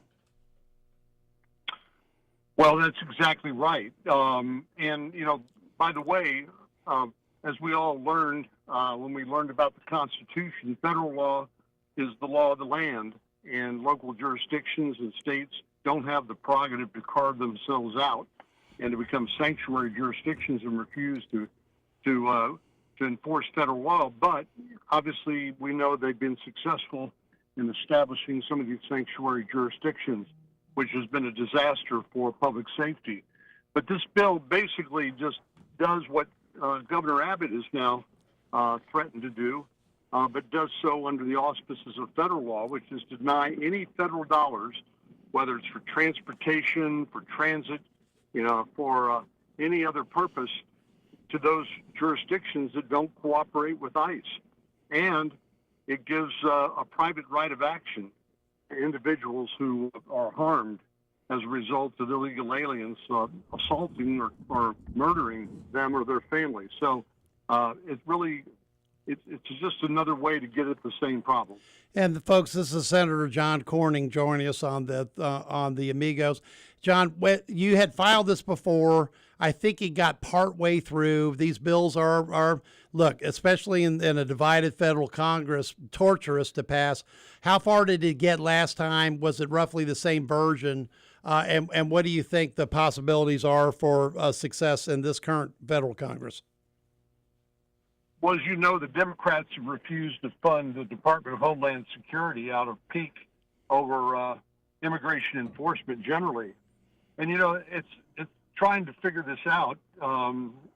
First they said we need to abolish ICE, and now they're defunding ICE, and they won't cooperate with law enforcement. Basically, what this boils down to the same open border policies, non-enforcement of immigration that we saw under the Biden administration. But I don't think they're going to cooperate with us, just like they're not cooperating with us on the Department of Homeland Security funding. That's why you've heard talk about passing another reconciliation bill by June the 1st, and we'll fund the Department of Homeland Security. As you know, ordinarily it takes 60 votes to get things done to make policy. But because this is strictly budgetary in nature, we can deny access to those funds using 51 votes in the Senate and a majority vote in the House, and then the president's signature. So we don't have to worry about getting any Democrats on board. And frankly, I'm pretty confident they're not going to join us. Yeah, that's probably a prediction that's of a high probability. Ben. Yeah, Senator Ben Strusian, thanks for joining us on The Voice of Texas. What if President Trump took executive action to hold funding for sanctuary cities? I know that he's tried this in the past, but has he been stopped by federal judges who have spread these injunctions all over the country, and is that the reason why we have to have that kind of legislation that you're proposing? Yeah, that's the problem with executive action, and obviously Congress is the one that's supposed to have the purse strings, not the executive. But in the absence of the ability to get anything done otherwise, President Trump doesn't really have any other alternative. So I support those efforts, but what happens is these pro-amnesty, pro-illegal immigration groups run to the local federal judge and get a temporary restraining order or a temporary injunction and shut those down. So those aren't effective. And even executive orders, if effective, only last the duration of the president's term of office. So I think really the best way to get at this under this circumstance is through this reconciliation bill that we will hopefully pass. The president's given us until June the 1st to do so, and I'm optimistic we'll meet that target. And John, when you look at these problems, and for people that are not used to dealing with the complexity of this legislation, it was a big fight for Senator Perry to pass that sanctuary cities bill in 2017. We didn't have a single in memory. We didn't have a single Democrat vote at the time, but there were real problems where cities, including office holders like district attorneys, were just absolutely refusing, along with mayors, to not have a sanctuary city policy. For us, we put in our bill fines of up to $25,000 a day and removal of the office holder. I don't think you can do that under federal law. But what would be, you said there was some private cause of action. Are there penalties in your bill for non-compliance besides cutting off the money? Because believe me, that gets everybody's attention, at least in the state of Texas, on complying with Senate Bill 4. Yeah, I think, cutting off the money will get their attention. Unfortunately, again, there's probably susceptible to the same sort of attacks and litigation, and they will cherry pick and venue shop to find a federal judge perhaps that will help. But this private right of action is something new. And while I'm not generally in favor of promoting more lawsuits, if there's no other recourse for people injured by illegal aliens because of the malfeasance or misfeasance or nonfeasance of public officials, it may be the only recourse. So this is what I would call a layered offensive here. We're going to try to do it in multiple ways, and we'll fight the opposition where we find them, but doing it both through legislatively, along with the president using his executive power, but also then using this private right of action. I think it'll make a difference. Senator, I want to get your reaction to the news leaking out of various places all over the world today that there is this potential deal on the table, and assuming, and again, I can only look at what the markets are doing. They tend to be right, but with oil prices coming down dramatically, it would appear that the United States has just, had a huge geopolitical win here, and the Trump administration has pulled this off. And we're facing this downdraft in November, and if you're the nominee, you're obviously going to have to deal with it. So how do you feel that this potential outcome helps the ability of Republicans to win in November? Well, I'm proud of President Trump for taking on problems that other presidents have simply ignored. I'm watching the Iranian regime enrich uranium with the potential of breaking out to a nuclear weapon in a matter of weeks or months. I'm a member of the Senate Intelligence Committee, and I more than one time asked myself, what's it going to take before we actually take effective action? Well, President Trump did and commissioned the Air Force to knock out the Iranian nuclear program, and I think he's absolutely right, given the fact that the Iranian regime has been at war against the United States and our ally in the Middle East, Israel, since the Iranian Revolution of 1979, that he said no nuclear weapon. That's his red line. And then when Iran used its only leverage and blocked the Strait of Hormuz, then we saw what happened here. Obviously, that's their economic lifeline, and they've been selling oil in the ghost, through these ghost ships of tankers that have been carrying oil from Russia and Iran and evading sanctions to get that oil to their friends and allies like the Chinese. So I think this is a big win for the president, and I think this is a case of temporary pain for long-term gain. If we defang the regime in Iran, and they're not a threat to their neighbors and to the region and not likely to suck us back into another Middle East conflict, I think it's been a huge win. And but I am glad to see the prices starting to come down. Senator, Tallarico, which we know he's the Democrat nominee and that you could face him in November, he's raised a lot of money and, very similar to what we saw in 2018 with Beto O'Rourke and Ted Cruz was able to defeat him. So, he's trying to portray himself as some kind of a, centrist or moderate, but I assume you don't believe that's the case, and you believe that you're going to have the resources to defeat this guy. Yeah, one thing that I think I've got a reputation for being able to do, thanks to the relationships that I've made and all across the state among donors, and even some outside the state, is to raise the resources necessary to run an effective race. And Tallarico's got access to a lot of small dollar contributions through Act Blue, their internet portal, and people kicking in $10, $25 at a pop. I worry sometimes that some of that money is coming from foreign sources because they don't typically require them to identify the donor if it's less than $200 in contributions, but then you see multiple contributions from the same address below that threshold in order to avoid it.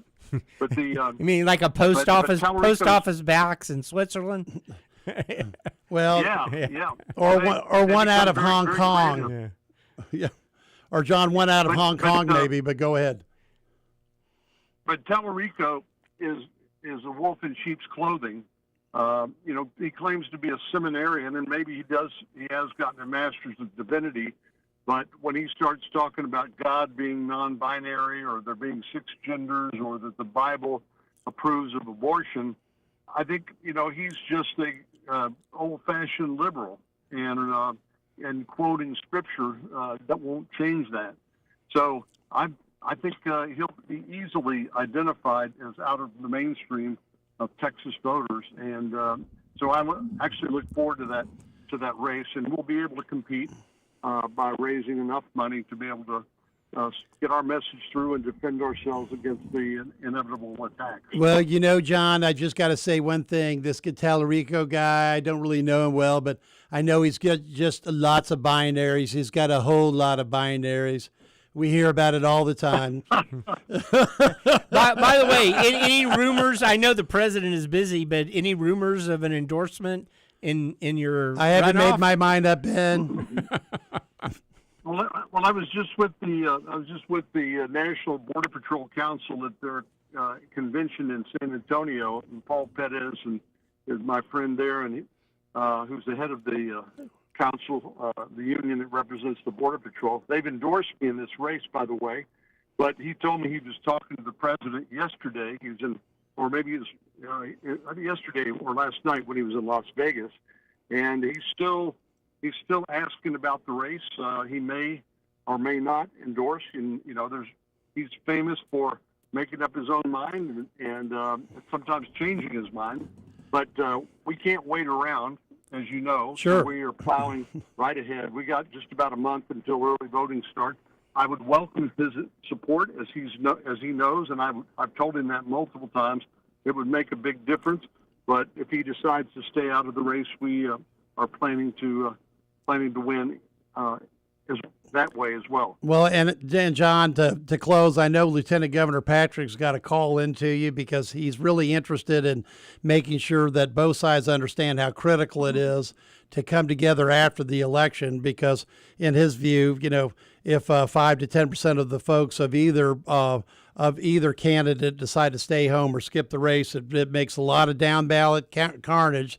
So what say you to that, or do you want to tell that to Lieutenant Governor Patrick when you call him back? Well, I called him back this morning. Oh, I've been good. on the road today.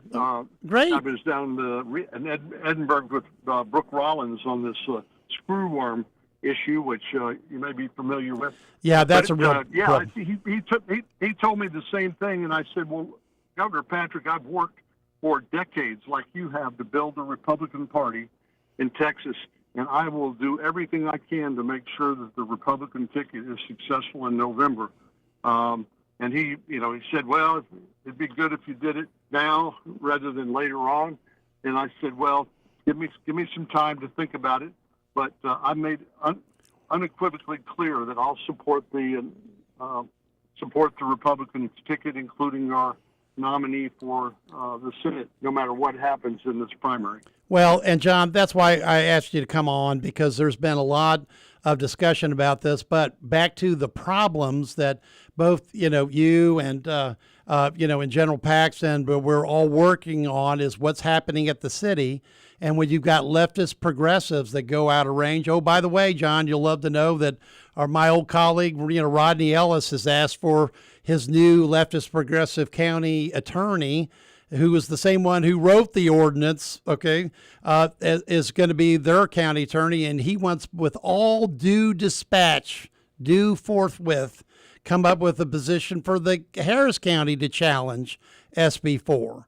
Yeah. So we're always back to fighting the leftist progressives, no matter what happens in the Republican primary. The senator's legislation would apply to the county as well, too. Sure, of course. Yeah. Right.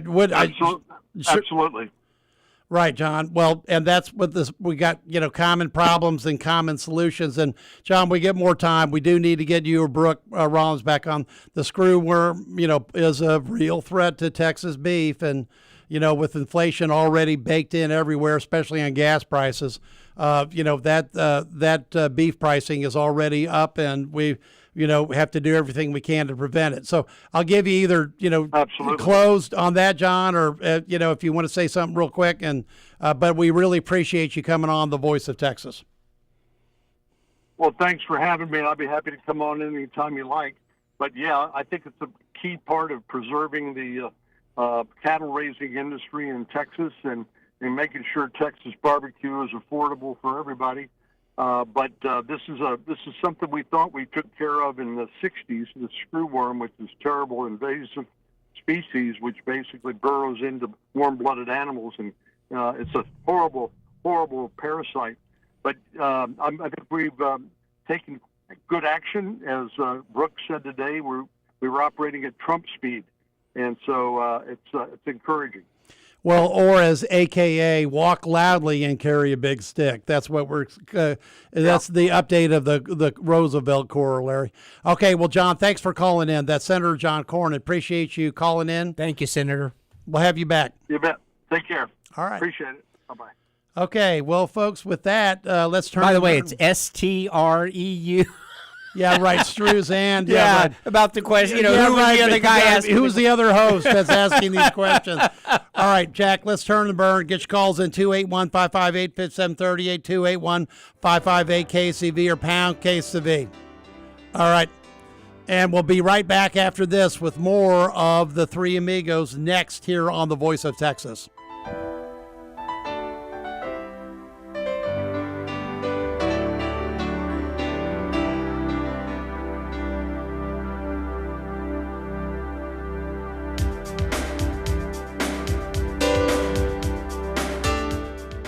Hey, it's Joe Pags coming up. Brandon Gill, U.S. Representative, who says enough is enough. We've got to protect this country. Illegal aliens have to go. That plus internet sensation Nick Freitas. He's going to talk about his book called The Man Book, How to Get Masculinity Back on the Joe Pags Show. Tonight at 7 on KSEV and KGBC. Still the voice of Texas. Paul, did you know, speaking of barbecue, that I actually am able to do, now this is really going to irritate a lot of barbecue aficionados, people much better at this than I am, but I am able to do brisket, okay, on the gas grill that Russell put in for me from Gas Product Services. You turn you turn those burners way down low, really low, and then you raise your brisket off the ground, really and high. This is for people who are really lazy like me. Okay, okay. This is lazy brisket. Like I gotta have a brisket, and I don't want to wake up at 4 a.m, but I've got the big thing to be able to do that. But this is the quick version. Like turn those things down and put that brisket on that grill and cook it low and slow for maybe about 8 hours, because it doesn't take as long on that natural gas grill. And I'm telling you, folks, it works out, and it's not as good as the authentic Texas smoker, but it's good enough. You know what I'm talking about. So give my buddy Russell a call at 281-798-8006. Gas Product Services. He can set you up with a gas grill. He can clean that grill that you've had out there for a long time. If you're a big slob like I am, he'll clean that grill up, and he'll get it working so well that your wife will think you cleaned it. No, she'll never believe I cleaned it. Kathy she'll would never believe no. that you would clean that I love grill. my barbecue stains, but he cleans it all out for you, and it's a heck of a lot easier than doing it yourself. So go to gasproductservices.com or give him a call, 281-798-8006. Hi, this is Paul Betancourt. Property values may have peaked, making 2026 a must year to protest your property taxes. Sign up with my excellent Betancourt tax advisor team at btanow.com, as our experienced senior property tax agents and customer service matter. The Taxman says do it now. Sign up with Betancourt Tax Advisors by going online to btanow.com or by calling Paul's professional property team at 713-263-6100. Hi, y'all. It's Kathy from Baker Mortgage. You know, with all the scary stuff we've been through, it's still true that timing is everything, and the time to buy is now. But don't go looking without a solid pre-approval in hand. And this includes an application and a detailed discussion about property taxes. If you didn't have the talk, about property taxes, you really don't know what you're pre-approved for. That should make you wonder what else they may have left out. Mortgages are personal. Let's face it, we're dealing with your home and your money, and it doesn't get much more personal than that. When it's the largest transaction that most people will ever be involved in, imagine having someone on your side looking out after you. What a concept. We audit your closing statement to make sure you're not paying for things that you're not supposed to. Do you think your big bank's going to do that? Probably not. For all of your mortgage needs, call us at Baker Mortgage. I promise you'll be glad you did. We're at 281-313-MOVE or go directly to bakermortgage.com. Equal housing lender. License number 263213. This is Kevin O'Hara with O'Hara & Company Real Estate and O'Hara Homes. I'm going to pose some questions that you might want to research. Why was JFK assassinated? Did we really land on the moon? Is the Earth really a globe, and is it the size they tell us it is? Did 9/11 happen the way we were told? Are pharmaceutical companies really there to cure diseases? Who are doctors trained by? Did God create everything on Earth that we need to stay healthy? Is fluoride in our water really helping us? What are those long trails of clouds left by airplanes, and what's in them? Did all the astronauts die in the Space Shuttle Challenger explosion? And is Elvis really dead? I search answers for everything. And if you're searching for a real estate company, give O'Hara Company Real Estate a call at 281-373-3393. Again, that's 281-373-3393, or look us up on the web at o'harare.com. I have a special guest with me, my granddaughter, Bailey. God bless America, God bless Texas, and God bless my pop. Hi, I'm Tommy Mello with Garage Door Doctors. My mom recently moved into a new home with a builder-grade garage door. Noisy, flimsy, and not built to last, so we're fixing that. Mom, you're my hero. When I was growing up, she worked 3 jobs just to save our house. And helped you build this company. Now I'm giving her a beautiful new garage door that's built to last. The garage is 40% of your home's curb appeal. When it looks good and it works great, Life is good. Thanks, Tommy. from repairs to upgrades, call Garage Door Doctor today.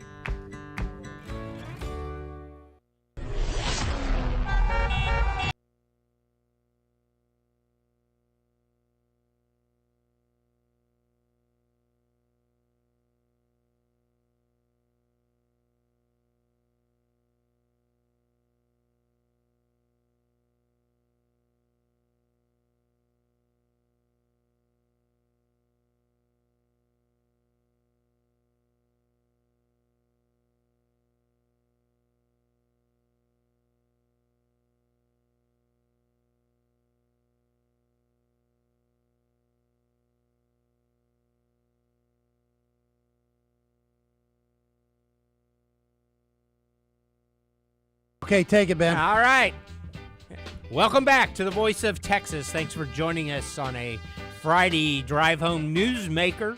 Second week in a row newsmaker show. Hey, well, breaking news. Ben the Soul Man, the Strew, the Vistru and got the Betancourt here. Only on Tax the Man Amigos at the helm.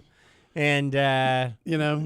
Well, this is where you hear it we from. knew everybody was listening to that one. I can guarantee you. Well, that's why we have these interviews so you can listen to, in this case, And you Senator can Cornyn. watch it live now on YouTube or We'll have it all. Facebook, and we'll have it on Twitter next week. Just like we had General Paxton last week, and he has filed suit, and the governor has taken action, and all this is coming to a head in the city of Houston on Wednesday on a vote live to see whether or not they're going to get hit with being a sanctuary city, but everyone's working the problem. Let's take a quick call from Bart because you've been holding the longest. Come on, Bart. You're on the Voice of Texas. Yeah, I was hoping military genius General Andel would have been back. He suggested that. I tried to give him a hard time. He wouldn't let me. He's hoping gas prices just don't fall quick enough. Well, he had a Bluetooth, and as Craig told us, once he stopped talking, the Bluetooth started listening to static, so we had to add ice him. Quick comment, because I got to get to the next call. You have to tell him, after his advice that Trump should tuck tail and run out of Iran, it didn't surprise me. He tucked tail and ran today. Well, oh boy, he's getting. You're on a roll, man. He's getting run over here at the end. That's okay. He deserves it. Well, how do you like our moniker? Teddy Roosevelt, walk softly, carry a big stick.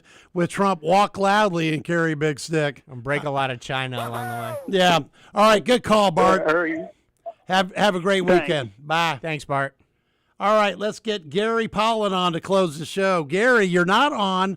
What's your point on Sunday morning? And Struzan's got to drive in at 7 a.m. Yeah, found out the hard way about that, Gary. Well, actually, he has to be there by 6:30. Okay. All right. Well, Ben will do a good job. Yeah, I'll do my best, Gary. I promise. I'm gonna DVR that, Ben. So am I. Yeah, right. Okay. Yeah, I'm not worried. But I thought Cornyn did a good job on the show, Paul, and I remain concerned with General Paxton that he has never answered the question you and I asked last February about the Hidalgo 3, the bid rigging criminal cases that he dumped. Never told us why. Remember? He You're said, right. "Oh, we're still working on it. We don't think we can make the case." That was garbage. It's a good case. And he let it go. So you got to ask yourself, why did he let this go? This was a way to Ben, hold can Democratic commissioners accountable. Can a state attorney general in Texas criminally Well, prosecute because that? remember, Ogg had to give the Yes. charges to Paxton. Oh, that's what. And then he filed. So then he Okay, then he okay. then he waived I didn't them. He know what agreed the to it rules off. were. Well, So the thing is, that was a big deal. It would have been a big deal in the county. The commissioners, or the Democratic commissioners, are all responsible, and they continue to be a problem. And he did not prosecute. That's the bottom line. That tells you that, at the end of the day, he's done a lot of good things, but he can't be trusted. That's it.